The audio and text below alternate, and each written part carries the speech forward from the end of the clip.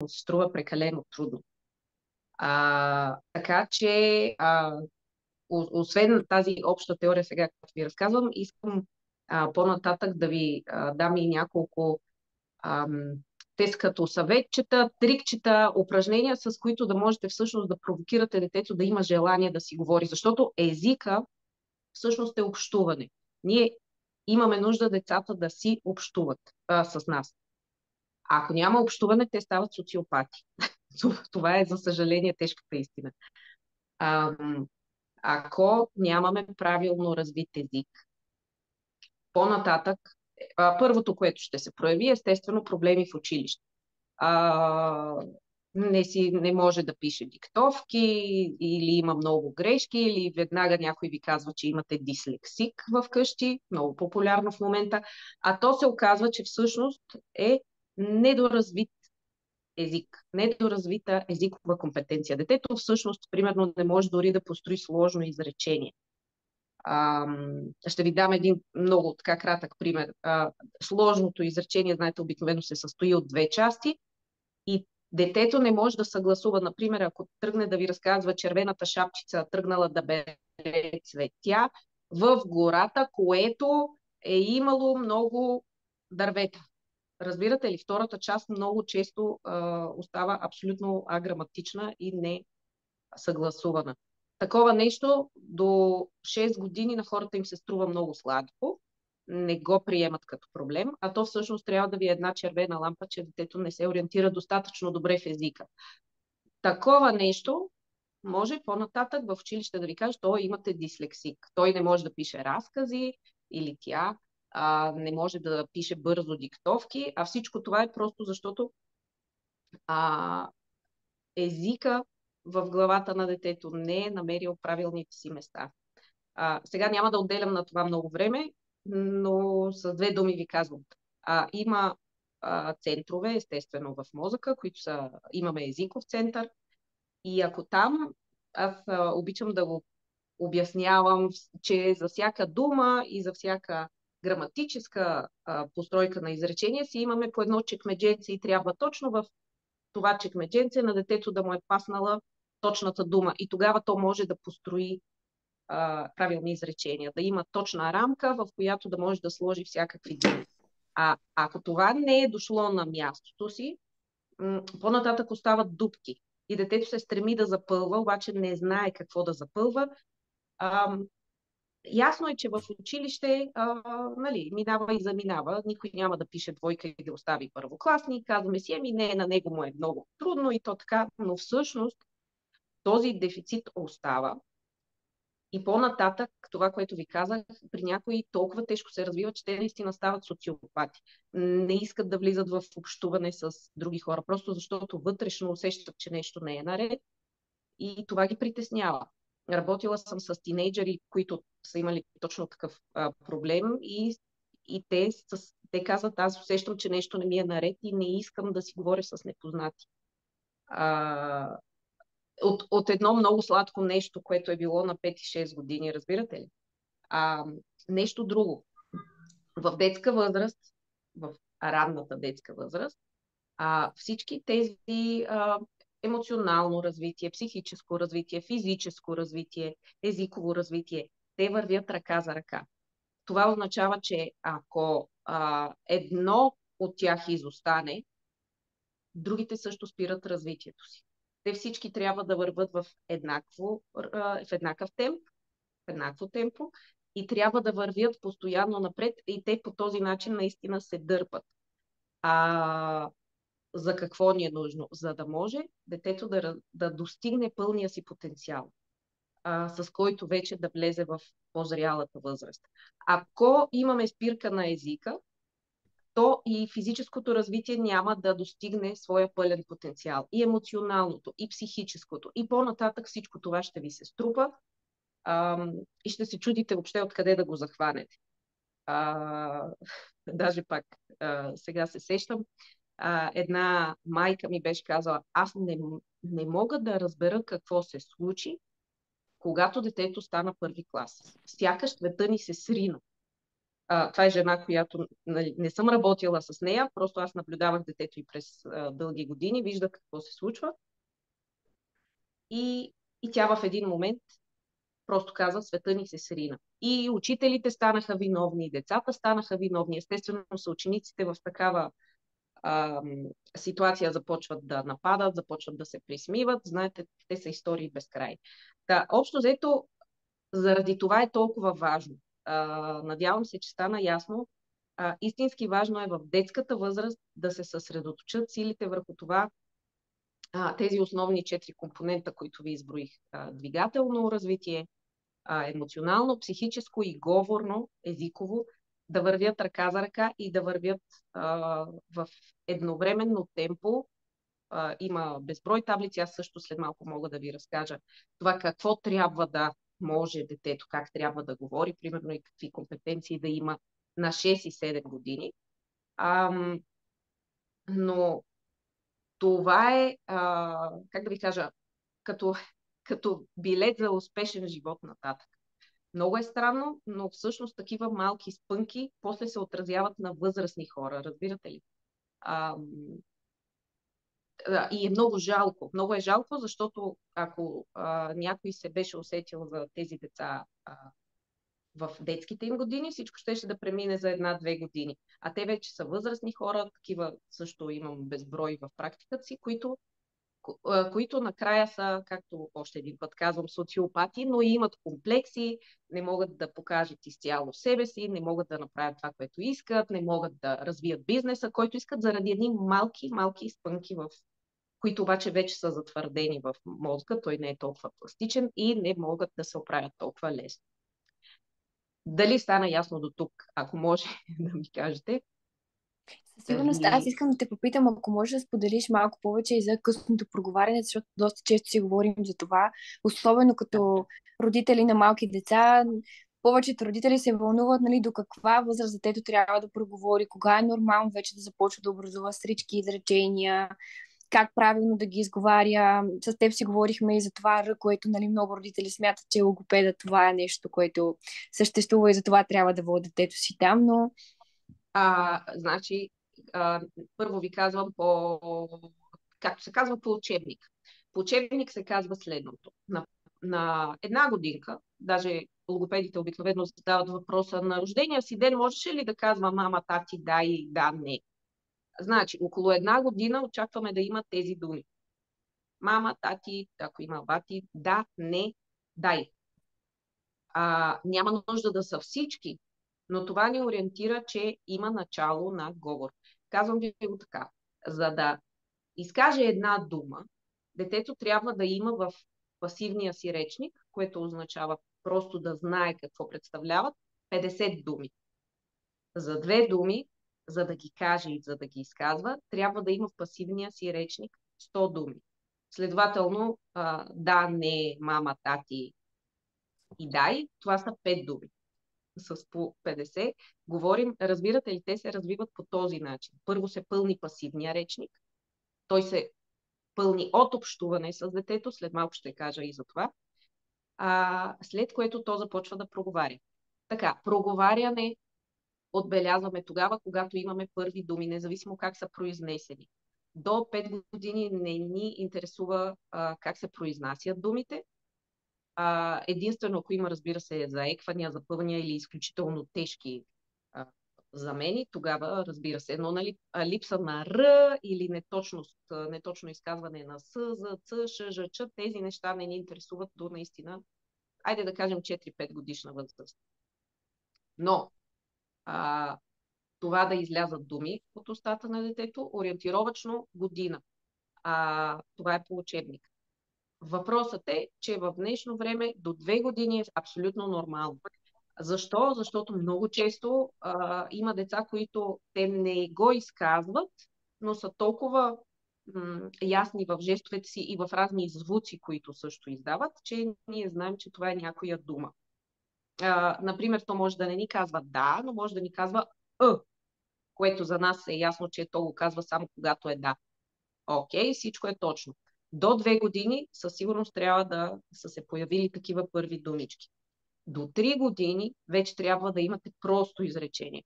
Просто изречение, нали, мама чете книга, мишката яде сирене. Не ни интересува, пак казвам, как се произнася. Много ясно, че ще бъде с пропуски на звукове или ще бъде с... Има деца, които говорят само с първа сричка. Те са много сладки. Но това е абсолютно нормално и не трябва да ни притеснява. Като кодов език, първа сричка на всяка дума. И всъщност обаче граматически правилно построено изречение. Значи нямаме място за притеснение. Сега, има един нюанс, който и вас ви засяга. Покрай COVID обстановката, страшно много деца си останаха вкъщи, нямаха социален живот. И това се отрази на говорното им развитие и на езиковото им развитие. Имайте го предвид, особено ако имате 4-5 годишно детенце, дори 3 годишните ги хвана.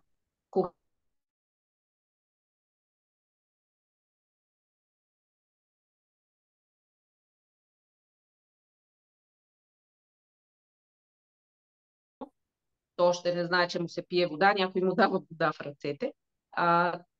Така че това не трябва да ви притеснява. Но ако все пак до 2 години не са се появили първи думи, със сигурност може да отидете за консултация при логопед. Има едно старо разбиране, че на логопед се ходи след 5 годишна възраст. За съжаление, даже някои колеги казват, рано ви още до 5 години. Не се лъжете. Има логопеди, стават все повече, които работят още от година и половина. Тогава е много лесно. Тогава всичко се случва изключително лесно. Нищо не коства една консултация, за да разберете дали имате как да кажа, право да се притеснявате или не.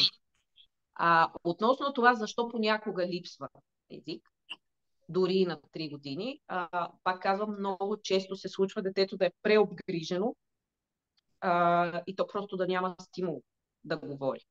Друга основна причина в последните години това е прекомерно гледане на филмчета. По-късно ще се спреме и на това. Чужд език изключително често спъва българския. Когато говорим вече за физиологични причини, има едни нови изследвания, за съжаление все още не са настъпили в България, водят се международни, но се говори за много дефицити на аминокиселини, говори се за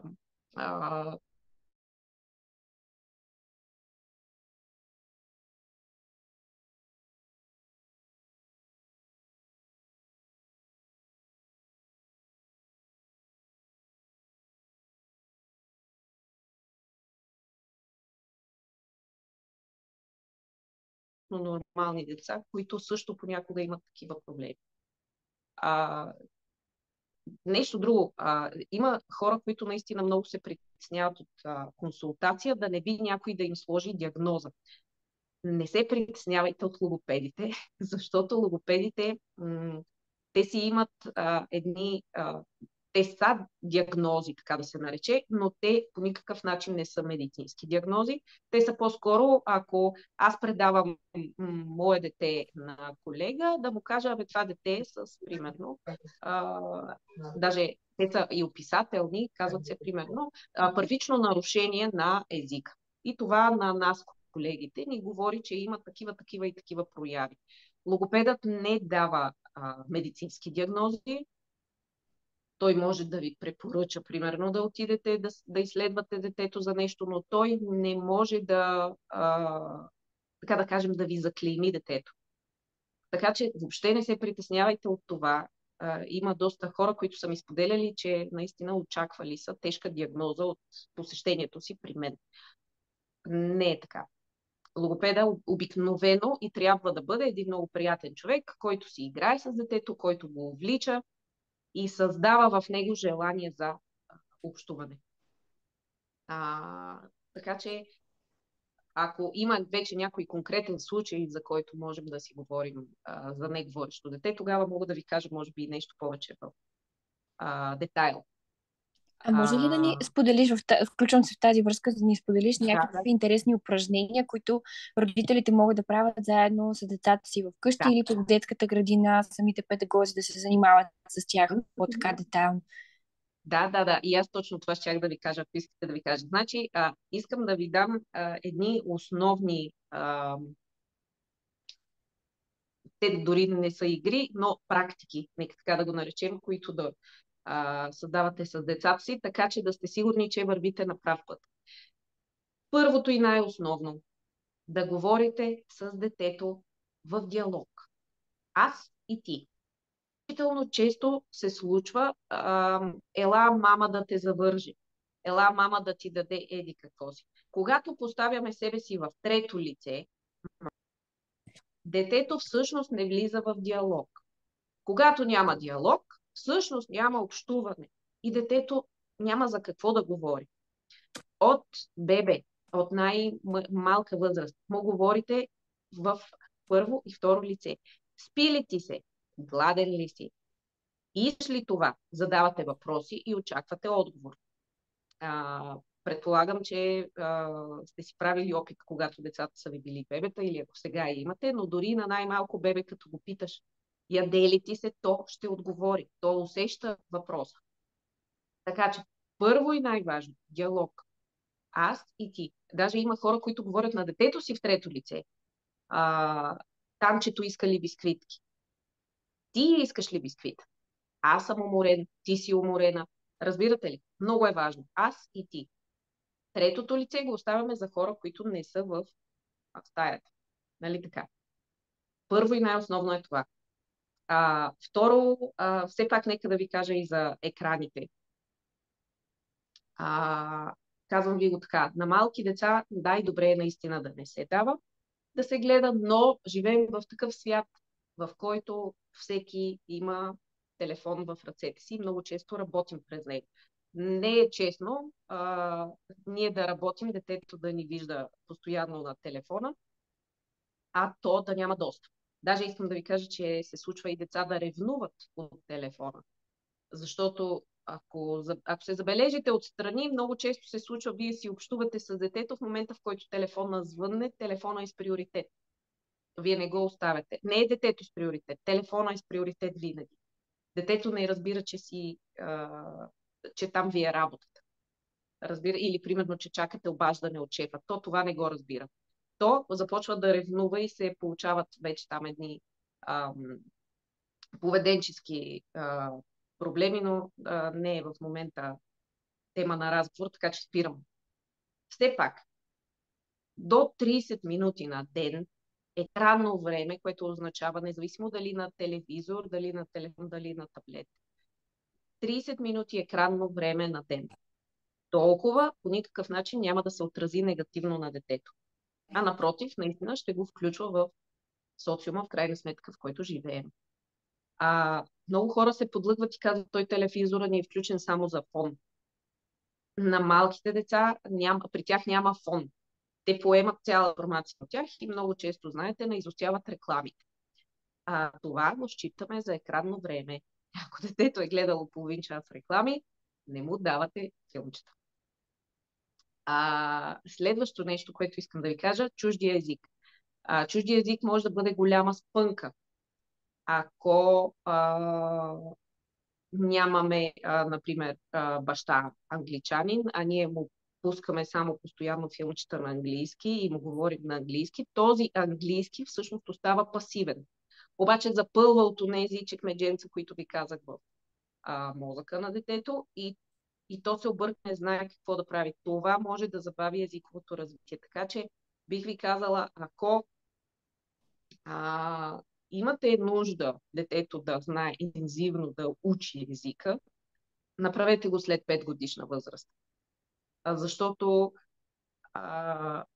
много сигурно ви е позната тази теория, че има един сензитивен период на езика, който е от 2 до 5 години. Това е точно така. И че тогава детето лови от въздуха думите и ги научава и е толкова лесно. Това е точно така, но когато говорим за майчин език и когато говорим за билингвистична среда, когато, например, единият родител е чужденец. В другия случай объркваме детето. И единия език става приоритет. И ако това стане английския, вие ще имате дете с недоразвит език, български. Езикова система, както казахме, език в смисъл на езикова система. Нещото, което може да правите в къщи и което е страшно интересно на децата, това са всякакви словесни игри, което ще рече на малките деца, които са примерно 2-3 годишни, като започнете от това как казва кучето или кое животно съм аз и казвате само то как говори, например, кое животно съм аз?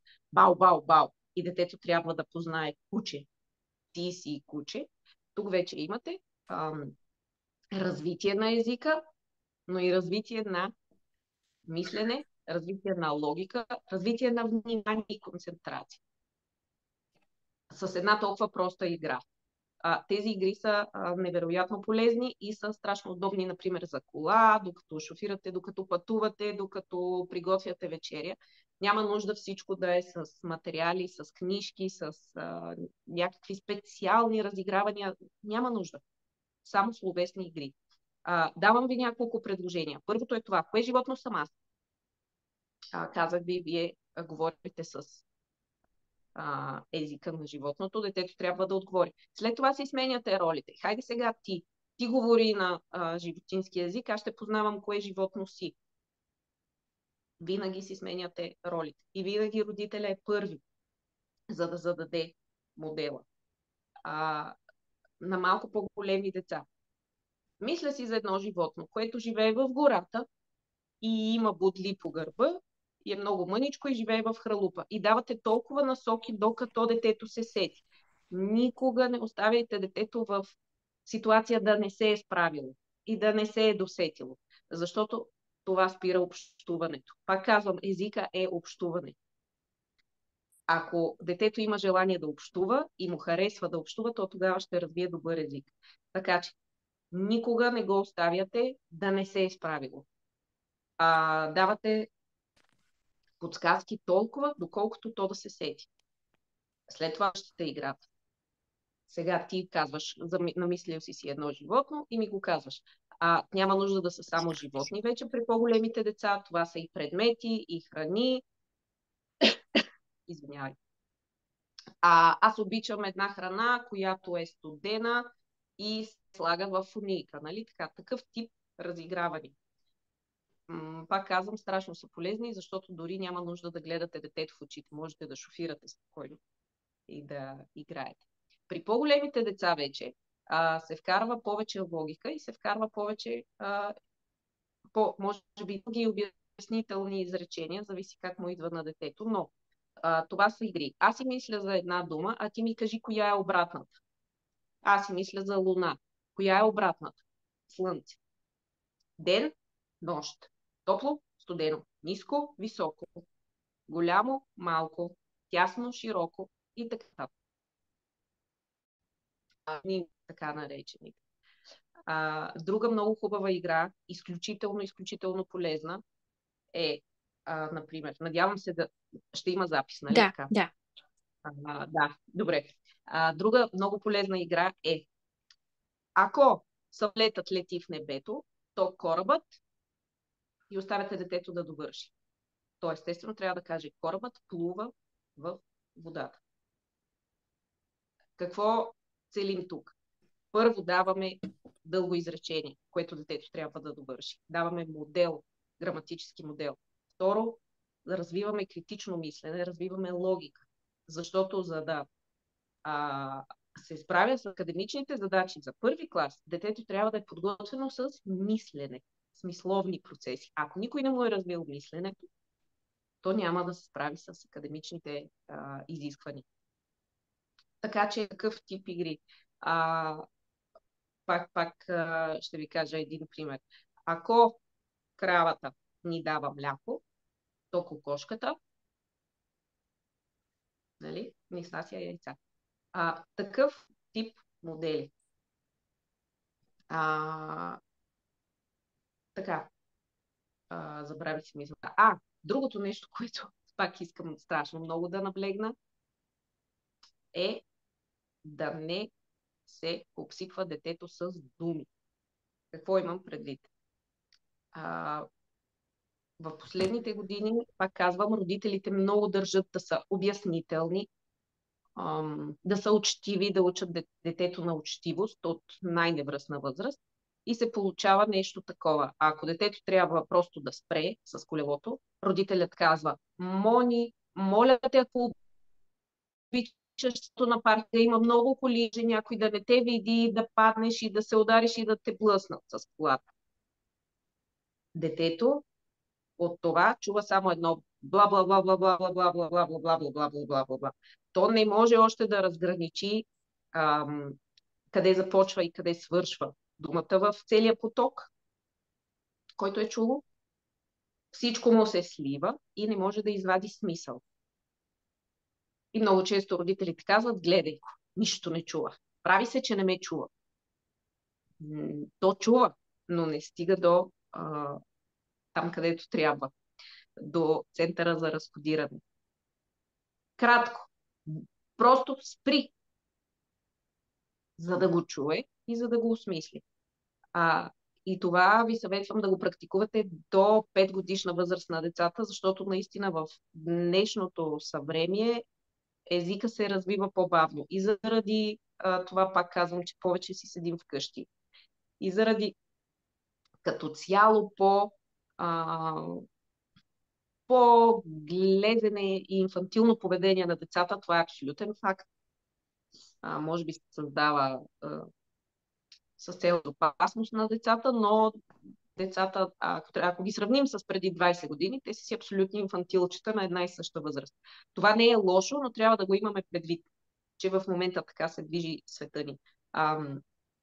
Така че малко думи и прости изречения, за да може детето да осмисли. Кога вече да включим обясненията? Когато детето започне да ви говори с по-сложни конструкции. Когато то само може да създаде сложно изречение, тогава и вие можете да си позволите да му обяснявате повече. Така че, ако искате да чуем дали има някакви въпроси, защото... Да, това ще я ти предложа. Аз ги разгледах всичките въпроси, има някои, които се повтарят, така че ще се опитам да ги обединя в един въпрос, съответно да ти го задам. Има много родители, които са задали на какво да обърнем внимание на деца, които са на възраст 2 години.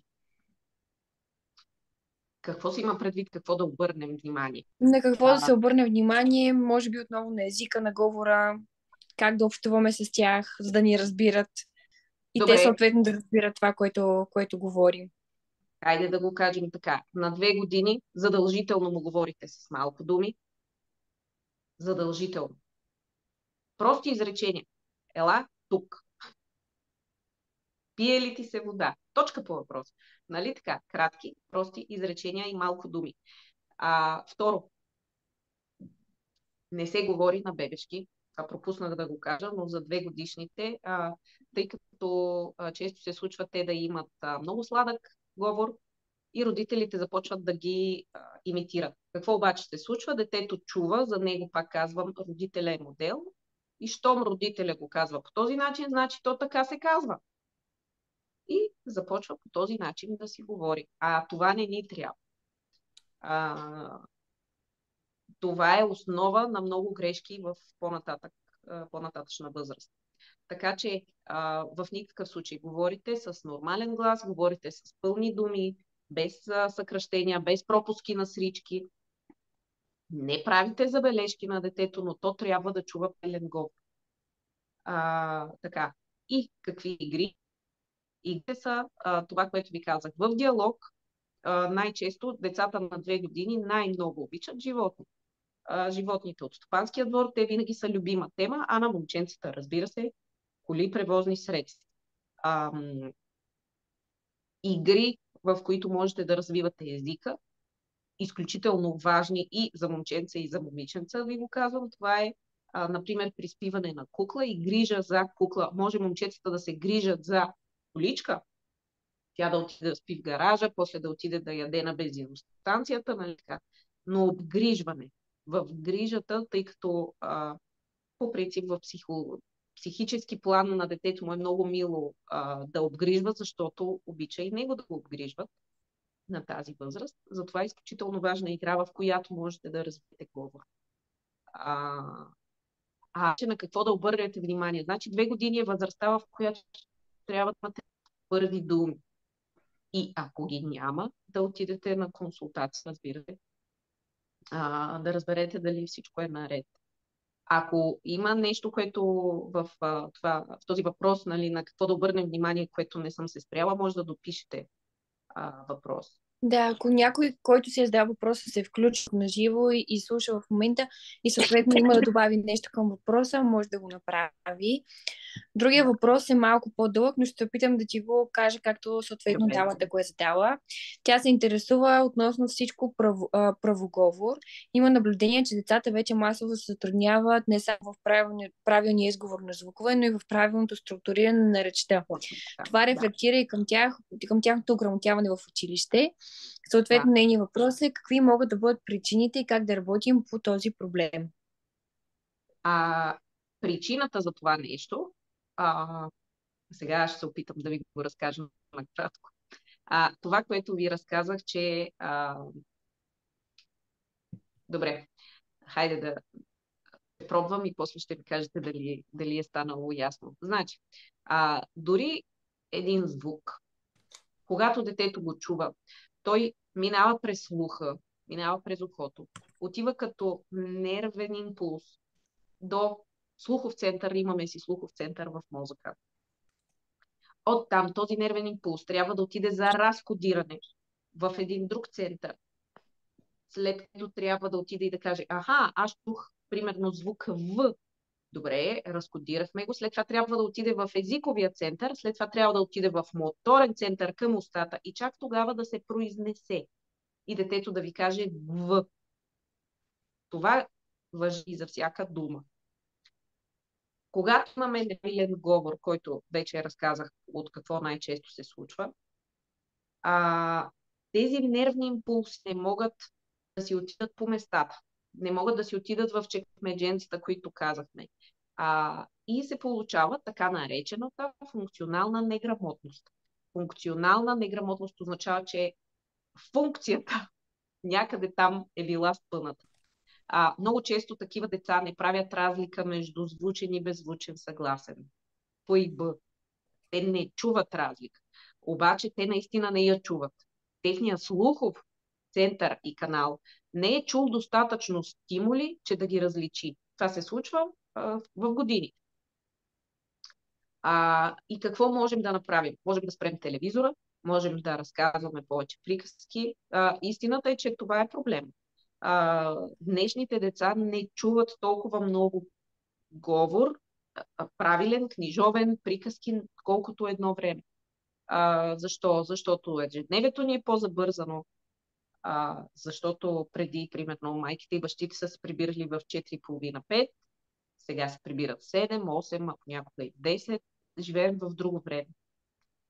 И всъщност трябва много да се наблегне на това. Имайте предвид, че в детската градина не е достатъчно. Просто защото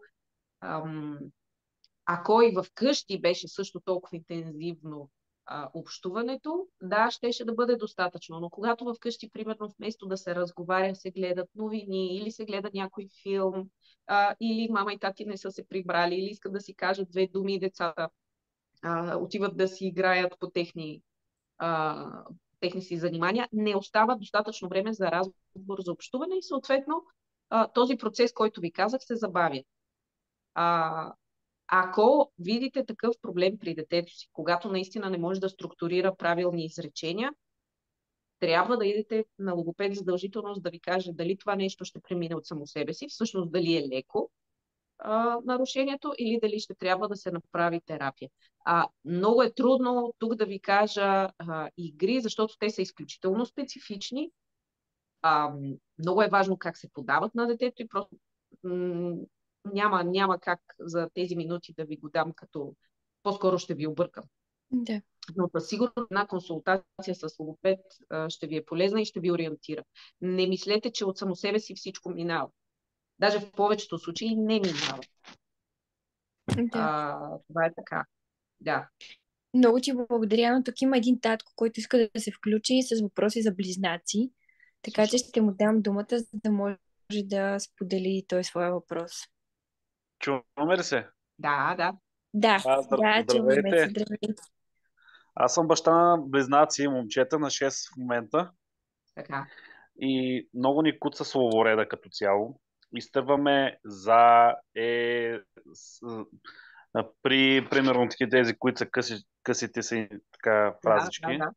които са основа така в изречението. Прескачаме ги изобщо. И така много се напрягат при думите, самите думи, така да ги изразяват, нали, че не ги изразяваме правилно, не ги изразяваме. Поне по-голямата част от тях се опитват. Но нормално ли е при тази възраст това нещо да се случва? Или те в момента даже от месеци нещо ходят при психолог и логопед едновременно при един човек и по началото месец нещо двамата едновременно. Сега тя реши да ги накъса първо единия, после другия, да направите основи части, не знам вече как е. Мгм. Нали, вие си знаете по-добре. И така, това ми е запитването. Значи, първо, нормално ли е или не? Не е нормално, в смисъл трябва задължително да се изчисти. На предлозите обикновено не можете да чакате да се от само себе си да се наредят в говора. Много е хубаво, че сте отишли на логопед. Това да са отделно е задължително. Да. Имайте предвид, може да се е случило забавяне, точно защото са двама и така да се каже се подкрепя. Какво говори единия, това говори и другия и не мърдаме оттам. Това е изключително срещано при близнаците. И те така са си силни, в смисъл те се капсулират и са едно цяло и са силни. Задължително е да са разделени. В работата с логопед вече зависи каква им е натурата и как са, но при някои близнаци е много полезно и в училище да са в различни класове. Точно защото понякога е толкова силно постоянното сравнение, аз ще правя като него и няма да тръгна напред. Разбирате ли? Те Да. всъщност те си уеднаквяват нивото и за тях това е норма. Така че, за да ги дръпнете напред, трябва да са отделни.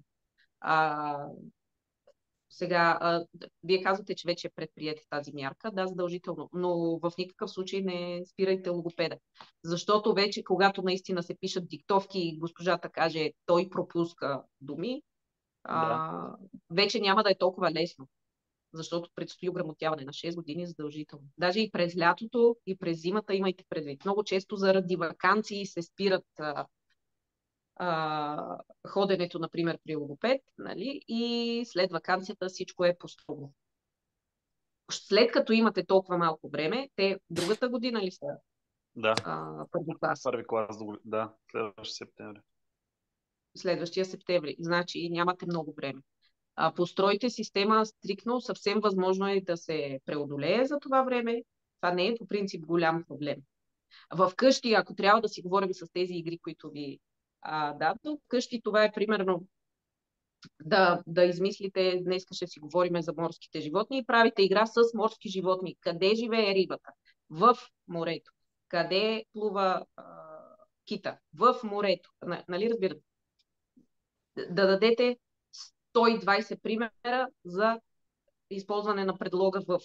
На другия ден давате още 100 примера, разбирате ли, под формата на игра, но те да са едни и същи, едни и същи, едни и същи. С това можете да спомогнете, но предполагам, че логопеда също ви казва какво да правите вкъщи. Ами да, би трябвало и там, което го правят и ние да помагаме, както са ни казали, защото не става само от едната страна. Трябва и ние да работим Да. Но е много полезно, пак казвам, дори и вкъщи, ако имате възможност. Примерно хващате само един и го извеждате на разходка и работите само с него или си играете, нали, там, говориме за разговор, само с него. След това с другия, за да се отделят и да се разграничат, да не се чуват и да не се слушат. При близнаците наистина е особено. Те са, Да, особено те са си комбина. родител Абсолютно сам винаги с са двама. комбина. Да, Да. много е А, сложно. така че, моля? Сложно е, не е така просто, защото не е като да се концентрираш върху само едно дете, Да. когато е само пък като са двамата, едния се разсейва другия, нали, като Точно примерно така един е. родител е с двамата. Точно така е. Трябва да са Точно така на е. отделни места, един родител с единия в едно помещение, в едната стая, в случая другия с другото дете в другата Да. стая и Но са имайте заедно. предвид, че това е нормално. Има някои хора, които си казват, те как не могат да седат заедно. Това е нормалното и това е по-полезното за тях. За какъв Да са период от наистина време би трябвало да отделни. има някаква така напредналост или някакъв отзвук от това, което се прави? При логопеда ли? Да, Значи, казвам ви, тук това е мое правило, но аз съм си го изградила и за моите клиенти. Сега, първа точка, детето трябва да харесва логопеда. Ако не го харесва, търсите друг логопед. Ако, нали, говориме за върло нехаресване. да, Защо? Защото логопеда по принцип не е вълшебник. Нали? Единственото, на което той се опира, това е доброто настроение и желанието за работа. Ако няма, и ако не са си симпатични двамата, просто няма как да се случи. Така че първа точка, гледате дали детето се чувства добре с този човек. И си давате 3 месеца. Даже обаче при вас, тъй като говорим за 6 годишни деца, аз бих дала месец, месец и половина. Ако за толкова не видите резултат, това не значи непременно, че логопеда не е добър. Обаче може да не се е случила тази спойка, за която говоря, че е толкова важна. Детето трябва да довери на този човек, че да поеме цялата информация от него. Ако не се довери, то няма как да се случи резултат. И наистина има, даже аз съм виждала мои блестящи колеги, абсолютно блестящи, с изключителна база знания, обаче идва едно дете и то се парализира при този човек, защото за него, примерно, изглежда като строга леличка. Край, пълен блокаж.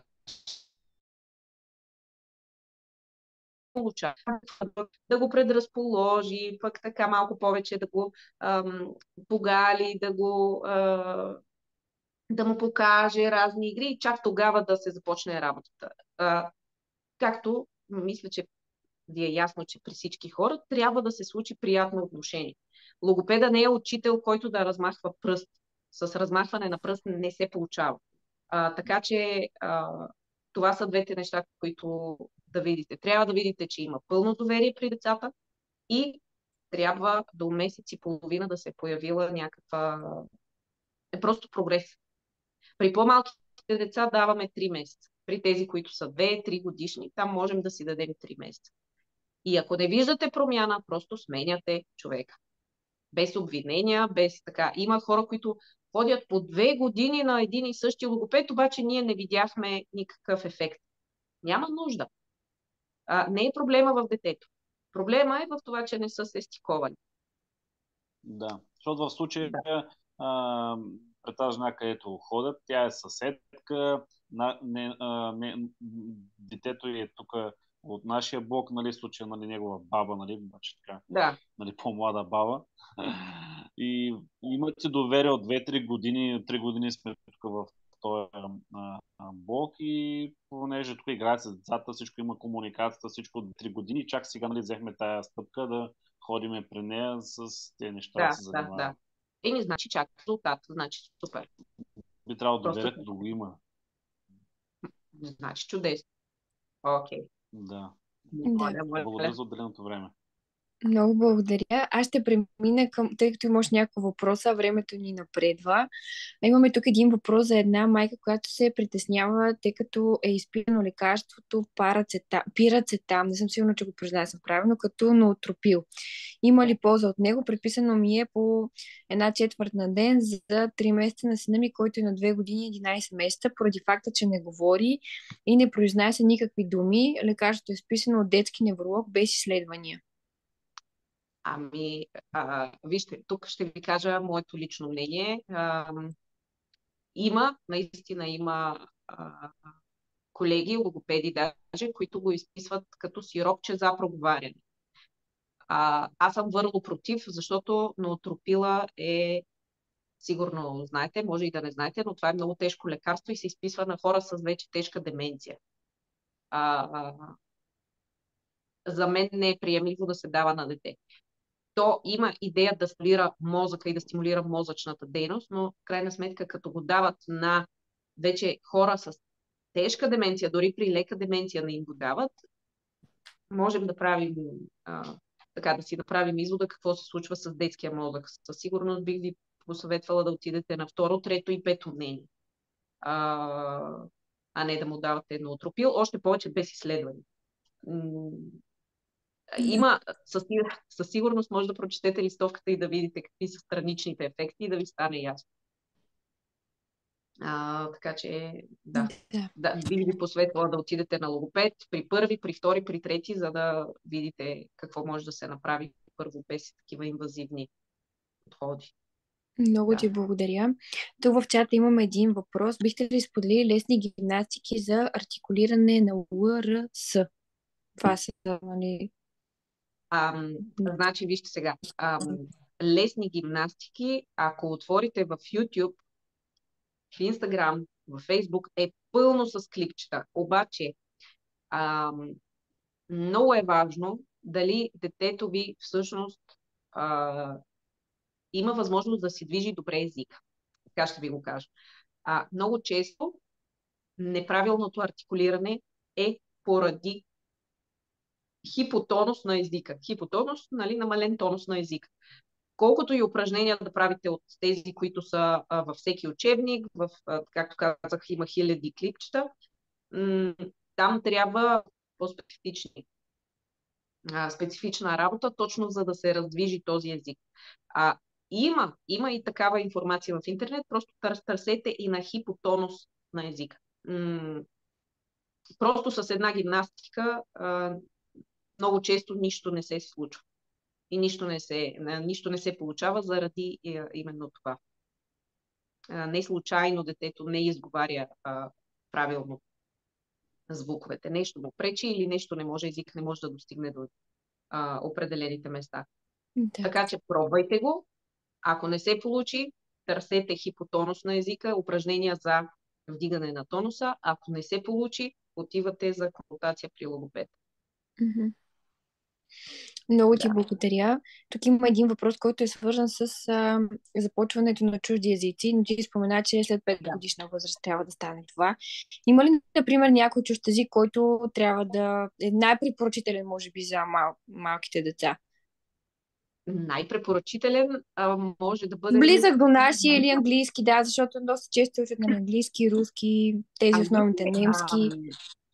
Истината е, че този, който е по-близо до българския, той ще бъде по-леко привнесен. Ако трябва да сравним английски и руски, това е руския със сигурност. Защото руския има много обща граматика с нашия език, има много общи звукове, нали така? Докато английски е тотално различна система, тотално различен език и доста пречи. Вижте, пречи, когато се изучава интензивно. Когато възрастния толкова много набляга, има родители дори, които се опитват половината ден да говорят с детето си на английски и то може да брои на английски и знае цветовете, нали? Когато има такова огромно желание, от възрастния той и детето се опитва да оправдае тези очаквания, които така или иначе се налагат. Важно е да си зададем въпроса защо ни е този език. Аз винаги питам клиентите си, предстои ли ви напускане на страната? Смятате ли да отивате да живеете в чужбина? Защото ако е така, разбира се, че трябва да се наблегне на чужди език. Но ако не, няма защо да го причиняват. Във всички случаи най-важен е майчиния език. И трябва да имате предвид, че примерно в доста градини има примерно изучаване 2 пъти седмично, 3 пъти седмично, всеки ден, но когато става въпрос за песнички, когато са за 20 минути, 30 минути на ден, това не е определящо. това не е нещо, което ще спре езиковото развитие. Но ако имаме и градина, и в къщи, и майка и баща, които всячески се опитват да измъкнат английски от детето, тогава вече наистина ще се получи проблем. Така че, моя съвет е след 5.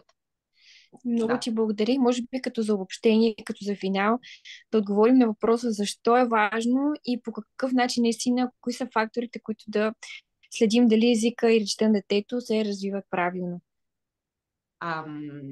Мога да... Съвсем накратко, да.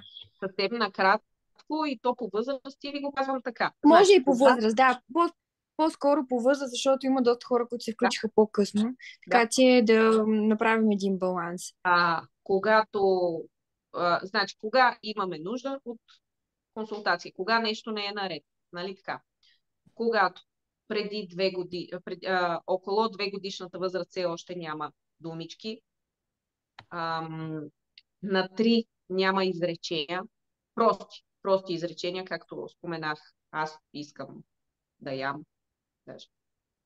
Така, на 4 вече ни трябват малко по-сложни изречения, които ще са прости и разширени. Например, Мечо живее в гората и яде жълъди. Те може да са кратки и сложни, нали така? Вече на 5 и 6 трябва да имате едно бурно развитие, което да включва сложни изречения, да включва свързан разказ, думите да са на местата си, нали, да имаме правилен словоред. Правилен словоред, ако няма на 5, значи трябва задължително да отидете на консултация, да видите дали има нужда от регулиране. И вече, когато достигнем на възраст преди училище, 6 или 7 години, тогава вече трябва да видите и развита логика, да видите развитото критично мислене, което какво означава. Детето да започне да си задава въпроса защо. Защо това се случва? Тази кола се движи бързо и ще я спрат полицаи. Значи в неговата глава вече текат тези причинно-следствени връзки. За тях възрастта е чак 6-7 години. Много родители избързват и искат причинно-следствени връзки при по-малките, за да ги чуете на глас. Това е вече към 6-7 годишна възраст. Така. Общо взето е това. Нещо друго, което исках да спомена. Не дейте да учите децата да четат преди първи клас. Не дейте. Това им е работата в първи клас. Ако те я знаят предварително, в първи клас им става много скучно и става много тежка загуба на желание въобще да се ходи на училище, защото те казват, аз това си го знам. Много хора се гордеят с децата си, че четат отрано, но няма нужда. Развивайте им логиката, въображението, критичното мислене, тези причинно-следствени връзки, абстрактното мислене, всичко друго, но няма нужда да ги вкарвате в това, което така или иначе ще учат. Нали, няма човек, който не се е научил да чете и да смята и таблицата за умножение всички ще я научат. Така че дайте им това време за пълноценно развиване на езиковите умения. И мисловните, както казах, те се дърпат. Мисловните ни умения и възможности са изключително важни и те са трамплина, който ще изстреля детето после дали бързо ще се справи с азбуката или не. Така че това мога да ви дам като репери, точно знаменца. Много ти благодаря. И тук изникна още един въпрос от една майка, която има син на 4 годинки, който говори изключително правилно. Прекалено много бих казал, но предизвикателството, което срещаме е, че няма търпение и второ, трудно контролира емоциите си поради факта, че е перфекционист. Не знае как да контролира емоциите си. Благодаря. Да.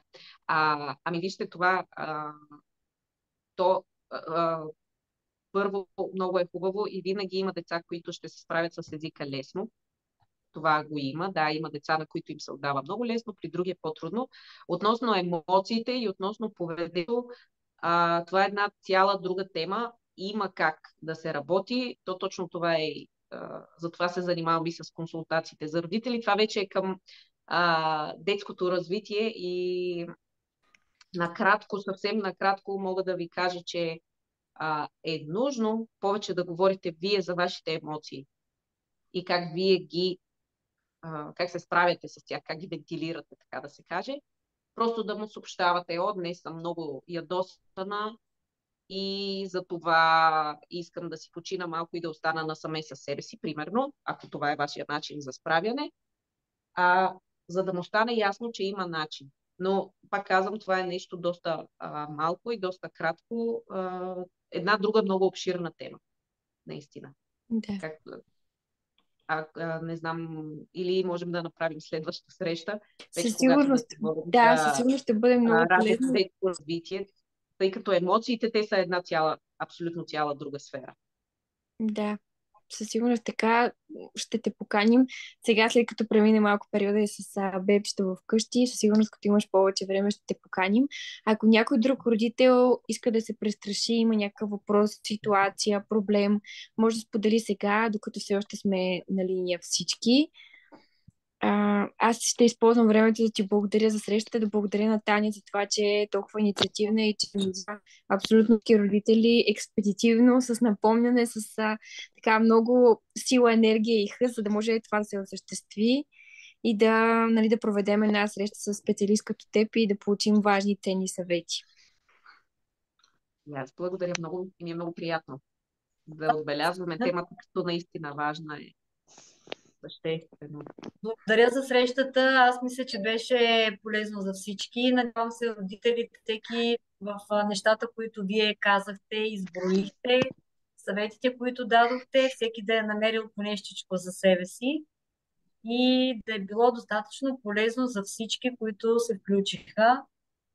Със сигурност ще направим една такава среща за ранно детско развитие, защото за мен и за целия ни екип, бих казала, това е много интересна тема. Ранно детско развитие до 7 годишна възраст. Да. Точно така ще е полезна. Да. Много ви благодаря. Някой от родителите, ако има някакъв въпрос още, за 2-3 минутки, ако не, приключваме. Ще се радваме другия път да има за емоциите при децата, емоционалното развитие. Да. Добре, чудесно. Да не го засягаме сега като тема. Да. Ако няма други въпроси, аз ще се ориентирам към приключване. Отново споменавам, че целият вебинар ще бъде записан, той е записан вече. Ще бъде изпратен към вас до 3-4 дни. Ще го оформим, ще го обработим и ще го пуснем към всички родители, за да може да си го гледате и както всички упражнения, които Ана сподели, да ги прилагате, да си напомняте, да се подсещате и така по-лесно да общувате с децата си. Да, така е. И аз много благодаря за възможността. Насреща съм винаги, на линия съм. Както и ти каза, въпреки че сега сме с малко бебе, но като е трето има... Вече знаем... Различно е, да. Да. Така че съм насреща, когато има нужда, когато има въпроси, трудности, отговарям. И в социалните мрежи може да ме намерите. Споделям много материали, така че ще ми е така. За мен е важно, за мен е мисия да се достига до повече хора. Да знаят, ние ще споделим и твоите координати, ако някой съответно има нужда от консултация или иска да те последва за, както ти сподели, важни ценни съвети, защото ти споделяш много интересно съдържание. Ние ще споделим, така че ще имате цялата информация на разположение. Да, много благодаря. Довиждане от мен, лека вечер и до нови срещи на всички. До нови срещи, лека вечер. Лека вечер, мерси. Чао.